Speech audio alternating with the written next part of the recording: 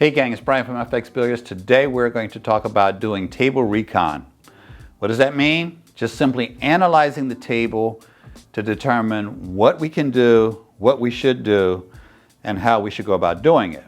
So let's break these up. Most of these examples are going to be 8-ball related, but a lot of them will apply to 9-ball, 10-ball, and straight pool also. So you 9-ball, 10-ball, and straight pool players, you may want to watch this.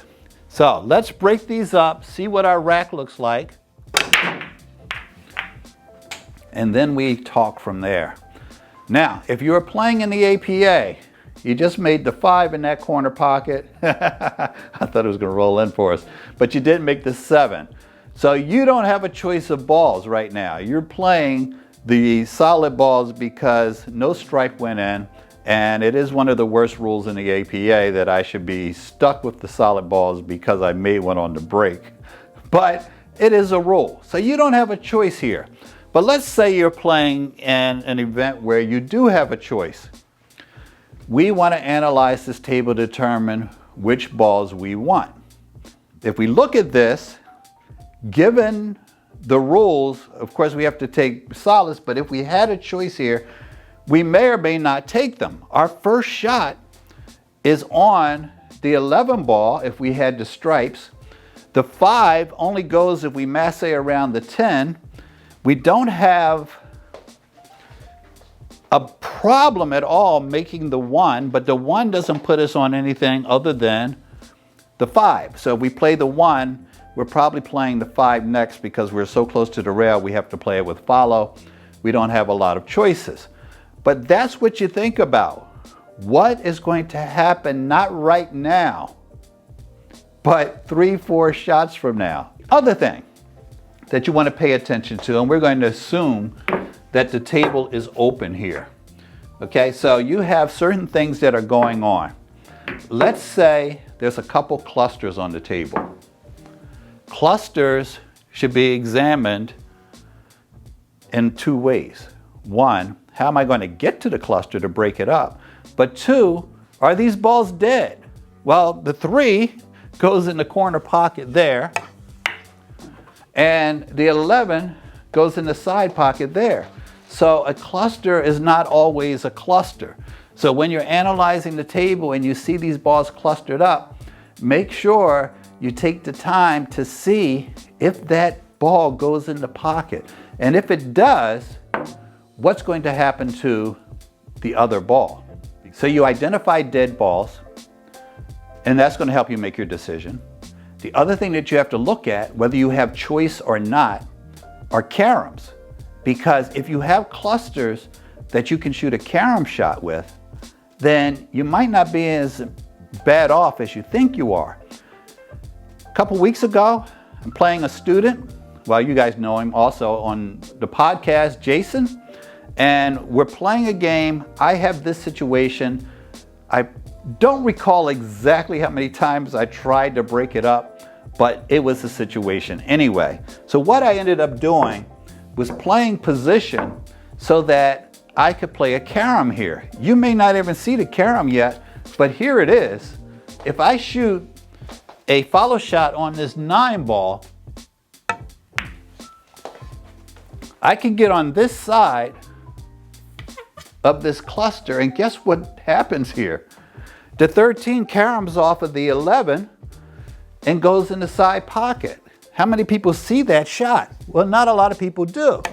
But I played position on the shot knowing that that's how I was going to fix this cluster that I couldn't break up. So do you have dead balls, or do you have a carom that you might want to play? Find it early. The reason you need to identify that 13 goes in that side pocket early is because you need to get position on it.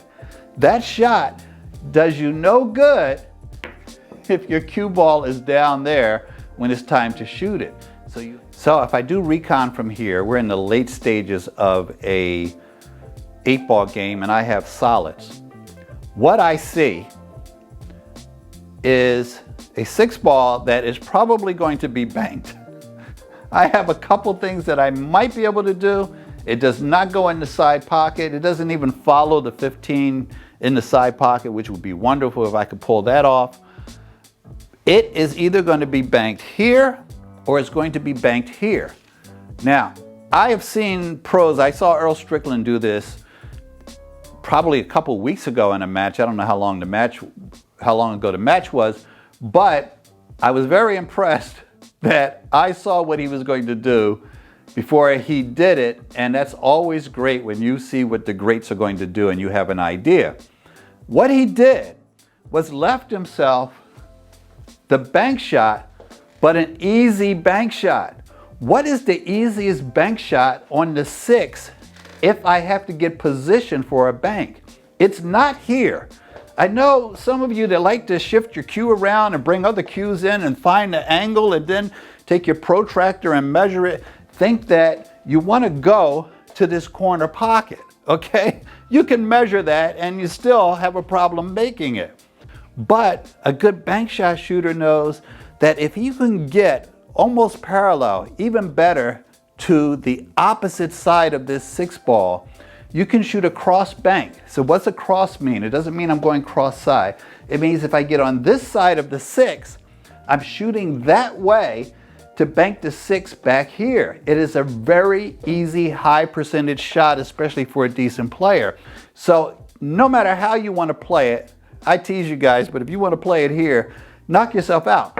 The thing is, though, that you leave yourself the easiest bank possible. So I'm going to show you what Strickland did, given this same option, and is what I would do each and every time, because that bank cross side is a lot easier than you might think. You're on the 1, you need to get good position on the 6 for the bank shot. You draw it back over here, and now you have that bank shot. We are almost parallel with it, which makes this one of the easiest banks you're ever going to shoot. Straight across to the side pocket.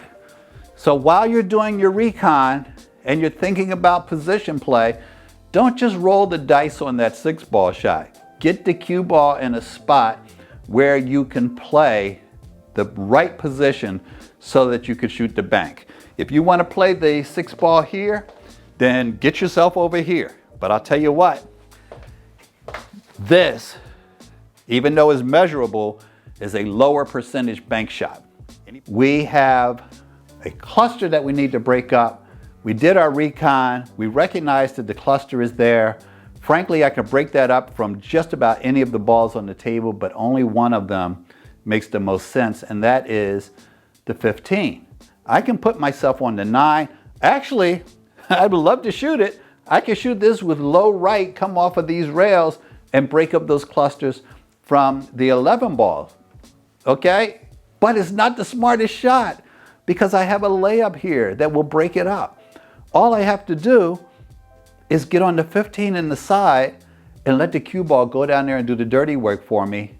And guess what? If I don't break them up well, I'm on the 9 or I'm on the 11. Those are insurance shots. That's why you don't want to get rid of them now.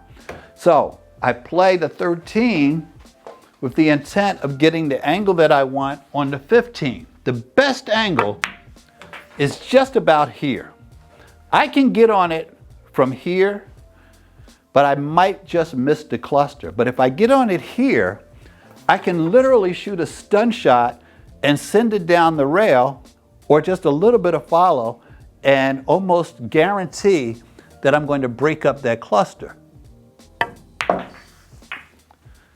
So look what happens. I've got a shot on the 10 ball. I've got a shot on the 9 if I had to shoot it. I've got a shot on the 14. And this was a very easy cluster break. Do balls pass each other? This is something you need to do. The ball doesn't pass. If you got a ball there and it doesn't pass the ball here, you need to find out early. Don't be that guy coming over after the 4th shot to see if it passes and it only went into that pocket. Maybe you need to make sure that it goes into that pocket before you get to that ball so that you can come up with a plan to take care of it.